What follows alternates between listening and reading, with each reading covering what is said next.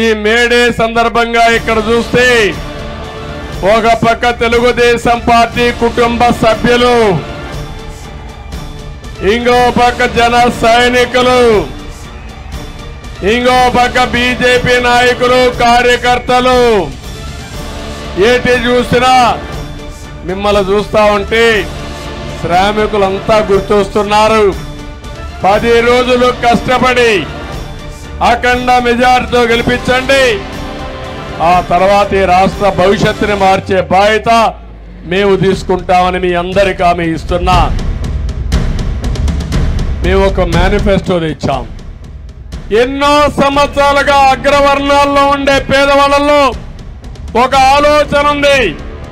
ఆ ఆలోచన మాకు రిజర్వేషన్ లేవు, కాలేజ్ సీట్లలో ఉద్యోగాలని బాధ ఉంటే ఫస్ట్ టైం చరిత్రలో 10% ఉద్యోగాలు ఆర్థికంగా వెనుకబడిన అగ్రవర్ణాల పిల్లలకు రిజర్వ్ చేశామని చెప్పి నేను మీకు తెలియజేస్తున్నా. అది కాపుల్లో ఎక్కువ పేదవాళ్ళు ఉంటే వాళ్ళకి ఎక్కువ శాతం వస్తాయి, ఇంకొక కులంలో ఉంటే ఆ కులానికి వస్తాయి. అందరి కోసం 10% రిజర్వేషన్లు పెట్టామని చెప్పి కూడా నేను మీకు తెలియజేస్తున్నా.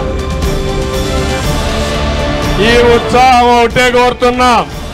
13వ తారీఖున తిరుగుబాటుగా తయారు కావాలి. వైఎస్ఆర్ కాంగ్రెస్ పార్టీని చిత్తుగా ఓటించి బంగాళాఖాతంలో కలిపేయాలి. మన భవిష్యత్తుని మళ్ళీ ముందుకు తీసుకుపోవడానికి మీ సహకారం అవసరం. అందరూ కలిసి దీనికి ముందుకు రావాల్సి కోరుకుంటూ అందరికీ నమస్కారాలు. జై హింద్, జై తెలుగుదేశం, జై జనసేన, జై బీజేపీ.